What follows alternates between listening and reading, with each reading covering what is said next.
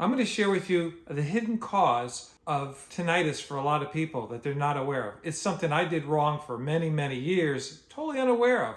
And make sure you stay tuned to the end where I'll share with you how tinnitus could actually be the canary in the coal mine of something even much worse. It could be a warning sign, and a special way to do this process. Of course, it doesn't cost anything and it's very easy to do, but if you got to do it in the right order. So make sure you stay tuned to that. So what is this problem that's causing tinnitus that most people think of? I mean, we think of normally a loud noise or continuously working around a loud equipment. Yes, that can definitely cause tinnitus. It can make it worse. Or age. Age can do that. And hearing loss. These are all factors that we know that can cause tinnitus. But I'm going to reveal to you now is what a hidden cause is a lot of people are doing that they're not aware of what they're doing. And that is called high insulin in their blood. Now, what is that? Okay, basically, every time we eat, the food that we consume turns to glucose, which is sugar, in our blood.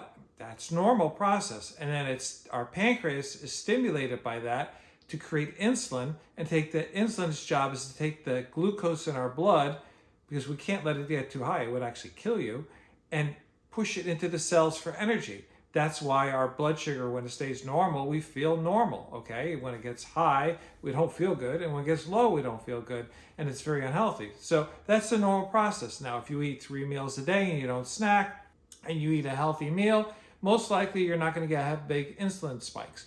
But something I did wrong for years was I would eat 3 meals a day, and I'd be snacking between meals. I'd snack between breakfast and lunch and dinner. I'd eat before I went to bed. And I was thin, so I thought I was okay and I can get away with it. And I was always snacking on carbs, highly glycemic carbs that, the bread, the chips, the pretzels. We'd eat all that kind of stuff all the time. So there's 3 food groups. There's fat, there's protein, and there's carbohydrates. Fat raises your blood sugar very little, very low response. Protein is a moderate spike. And then when you have carbs is a huge spike up, and then it's a crash down. If you're always eating carbohydrates or sugar, which is the same thing, because carbohydrates turn to sugar in the blood. So what that does is causes your body to constantly have to pump out insulin to lower your blood sugar. And this is a condition called hyperinsulinemia.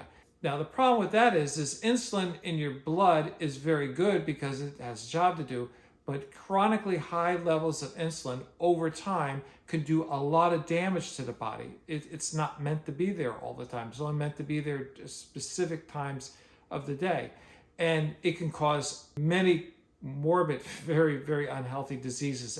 But it also, high insulin can damage the very tiny blood vessels around and in the ear, okay? And when that happens, that can cause tinnitus, okay? And I know people that have said that when they cut back their carbs and their sugar, their tinnitus actually got better. So I would say to some people, A, this could be the cause, and B, if you lower your carbohydrate intake to a moderate amount, it could prevent it from getting worse. And C is it potentially could get even cured from this. So these are all possibilities. Again, I'm not a doctor. This is not medical advice. It's just food for thought. I'm just some dude on the internet. But these are all things that can happen. And it happened to me. I remember before I realized what was going on, I'd be eating carbohydrates and I was stressing. That's why I started the stress-free diet to fix it. But I'd be eating and my ears would get itchy. Like after I had some pretzels or some bread or something like that, or crackers or chips, my ears would just get like itchy. I'm like, Richie doesn't like itchy, I gotta tell you that. And then funny thing is when I started the stress-free diet and I cut down my carbs, the itchiness went away, the severity of the tinnitus went away. It's now gotten a lot better than it was. And I'm believing that it's gonna be totally cured. I really am. So it hasn't got any worse, okay? Now, I still take precautions, and whenever I'm using any loud equipment in the house, I always wear ear protection. So I definitely recommend doing that. My diet has made the biggest difference. If you want to get more information, you can go to stressfreediet.com, and there's up in the tab, you'll see this glycemic chart. And there you can see a list of all the common foods and what their glycemic index is. The higher the number, the more blood sugar it's going to put into your body. The lower the number, the less responsive blood sugar, which means lower responsive insulin, okay? So it's the insulin is the problem here. Again, It's meant to be there for a little bit, but not continuously all day long. And some people are stress eating. Like I used to stress eat all day long. So I was constantly having high levels of insulin. So that's that. And also another thing, as you lower your insulin load on your body, you're going to find some other great benefits. You're probably going to lose weight, maybe even a lot of weight if you need to. Another thing is you'll have a lot more energy because you're not doing the up and down. You're not feeling exhausted all the time.